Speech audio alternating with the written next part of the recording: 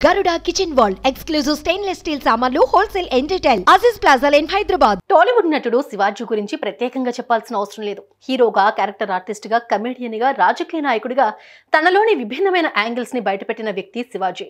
తనదైన నటనతో మంచి గుర్తింపు సంపాదించుకున్న శివాజీ బిగ్ బాస్ సీజన్ 7 లో కంటెస్టెంట్ గా ఎంట్రీ ఇచ్చారు. బిగ్ బాస్ హౌస్ లో తనదైన ఆట తీరుతో ప్రేక్షకుల హృదయాల్లో చోటు సంపాదించుకున్న శివాజీ తన క్రేజ్ ను మరింత పెంచుకున్నారని చెప్పవచ్చు.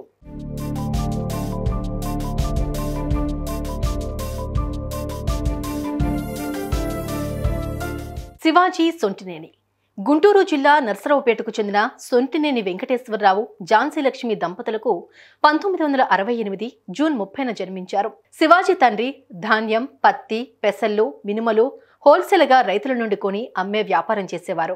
శివాజీ నర్సరావుపేటలోని 10వ తరగతి వరకు చదువుకున్నారు. ఆ తర్వాత ఇంటర్మీడియట్ రఘురామయ్య కాలేజీలో పూర్తి చేశారు. అయితే శివాజీకి చదువుపై పెద్దగా ఇంట్రెస్ట్ ఉండేది కాదు. కానీ తల్లిదండ్రుల బలవంతం చేయడంతో స్కూల్, కాలేజీలు పూర్తి చేశారు.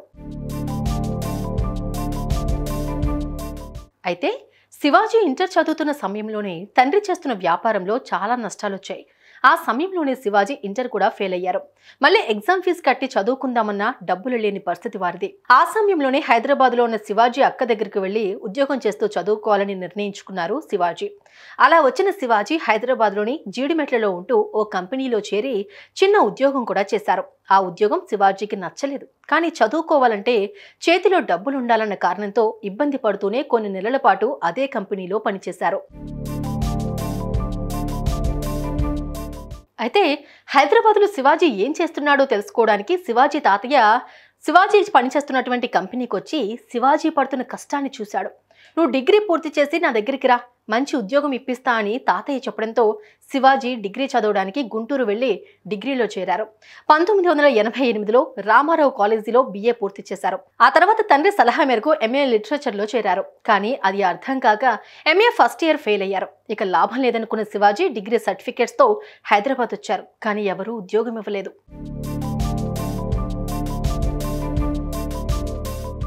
ఆ తర్వాత ఓ కంపెనీలో తక్కువ జీతానికి ఉద్యోగంలో చేరారు శివాజీ. ఆ సమయంలోనే దూరదర్శన్లో సుబ్బయ్య గారు పరిచయం అయ్యారు.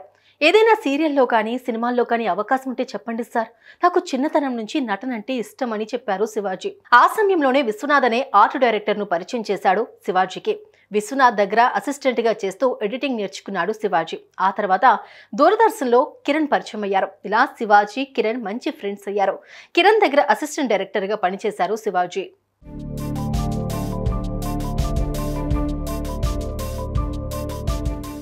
కొన్ని నెలల తర్వాత ప్రముఖ దర్శకుడు ఓ ఛానల్ పెడితే అందులో శివాజీ అసిస్టెంట్ ఎడిటర్గా చేరారు. అక్కడ మెలకువలు నేర్చుకున్న శివాజీ ఆ తర్వాత జెమినీ టీవీలో టెక్నికల్ ఎడిటర్గా చేరారు. అక్కడ శివాజీ ఎంతో యాక్టివ్గా, అందరితో ఎంతో సరదాగా ఉండేవారు. షిండే అనే ఓ ప్రొడ్యూసర్కి శివాజీ కామెడీ సెన్స్, మాట తీరు నచ్చింది. దీంతో ఒకరోజు శివాజీని ఇంటికి పిలిచి నువ్వు యాంకర్గా చేయాలని తెలిపాడు. ఆ మాట విన్న శివాజీ ఒక నవ్వు నవ్వి తనతో యాంకరింగ్ అవ్వని పని అని చెప్పాడు. ఆ మాట విన్న షిండే, ఎంతకాలం ఇలానే ఉంటావు, నువ్వు యాంకరింగ్ చేయి, కొద్ది రోజులు చేస్తే నీకు అలవాటు అవుతుంది, ఓకే అనుకుంటేనే కంటిన్యూ చేద్దామని చెప్పాడు. దీంతో శివాజీ కూడా సరే అని అన్నారు.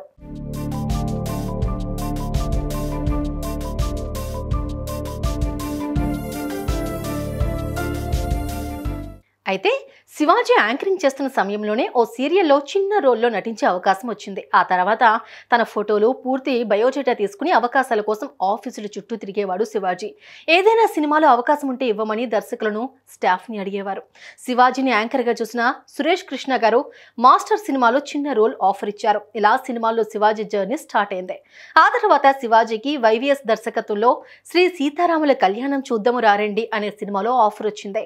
ఆ తర్వాత వెంకటేష్తో ప్రేమంటే ఇదేరా సినిమాలో చిన్న అవకాశం వచ్చింది. ఇలా 3 సినిమాలు విడుదలై సూపర్ హిట్ అయ్యాయి. అయితే శివాజీ నటించిన సినిమాలు సూపర్ హిట్ అవడంతో చాలా సినిమాల్లో అవకాశాలు వస్తాయని ఆశపడ్డారు. కానీ ఆ తర్వాత శివాజీకి ఎలాంటి సినిమా అవకాశాలు రాలేవు.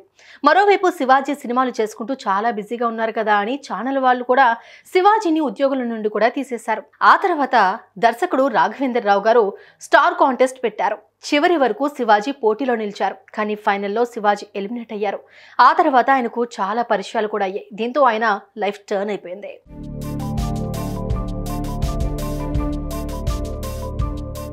అంతేకాకుండా శివాజీకి వరుస సినిమా అవకాశాలు కూడా వచ్చాయి. బ్యాచులర్, ఫిల్మ్ నగర్, బ్రహ్మచారులు సినిమాలు కూడా చేశారు.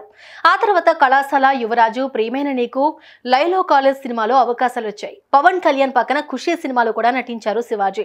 ఆ తర్వాత చిరంజీవులు మూవీలో నటించారు. ఈ మూవీలో రవితేజ, బ్రహ్మాజీ, శివాజీ హీరోలుగా నటించారు.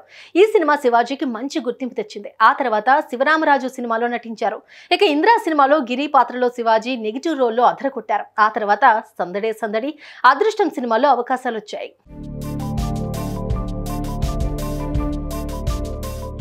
హీరో శ్రీకాంత్ నటించిన ఒట్టేసి చెబుతున్న సినిమాలో శివాజీ నెగిటివ్ రోల్లో నటించారు.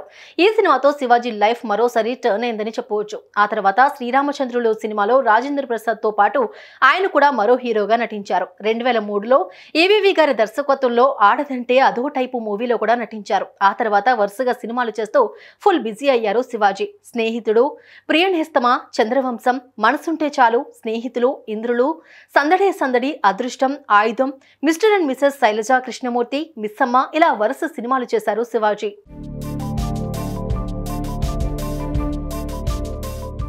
ఆ తర్వాత అమ్మాయి బాగుంది సినిమాలో హీరోగా నటించారు. ఆ సినిమా సూపర్ హిట్ అయింది. ఆ తర్వాత తెలుగులో వరుసగా అవకాశాలు వచ్చాయి. స్వరాభిషేకం, కొంచెం టచ్లో ఉంటే చెబుతా, మిస్టర్ ఎర్రబాబు, అదిరిందయ్య చంద్రం వంటి సినిమాల్లో శివాజీ నటించారు. ఇంకా రారాజు, సీతారాముడు, స్టేట్ రౌడీ, సత్యభామ, నీ నవ్వే చాలు, భజంత్రీలు, టాటా బిర్లా, మధ్యలో లైలా ఇలా వరుసగా హీరోగా అవకాశాలు వచ్చాయి. అయితే ఇందులో కొన్ని ఫ్లాప్లు కూడా ఉన్నాయి. అంతేకాకుండా 2007 నుండి సపోర్టింగ్ రోల్స్ కూడా చేస్తూ వచ్చారు శివాజీ. తులసి, సత్యమేవ జయతే, జల్సా, మంత్ర, బ్రహ్మానందం డ్రామా కంపెనీ, ఇందుమతి, పెళ్లికాని ప్రసాద్, ఆకాశరామన్న, గోలగోల, నమస్తే నమః, గ్యాంగ్స్టర్, ఆలయం, మా ఆయన చంటి పిల్లాడు, కుబేరులు, మస్త్, కౌసల్య సుప్రజారామ, 1820 లవ్ స్టోరీ, ముగ్గురు, డైరీ, బూచమ్మ బూచోడు, దొరకడు, తాజ్మహల్ వంటి చిత్రాల్లో శివాజీ నటించారు.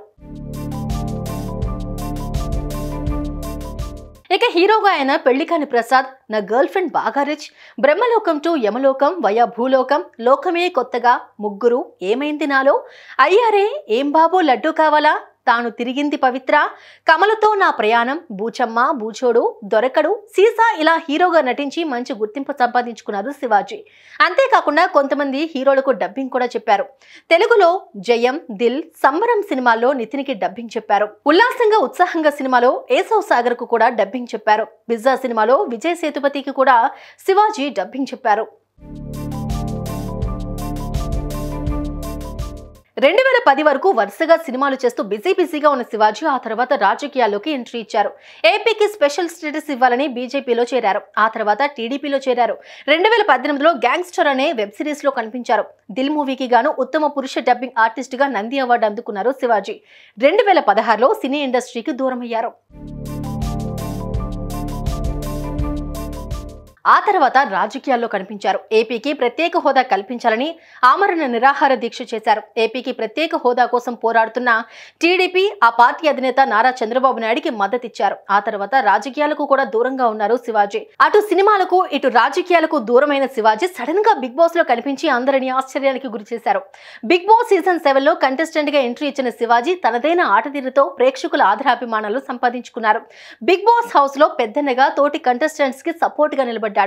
ఈ సీజన్ లో టాప్ 5 లో ఉన్న శివాజీ కెరీర్ పరంగా మరిన్ని విజయాలను సొంతం చేసుకోవాలని అభిమానులు సైతం కోరుకుంటున్నారు.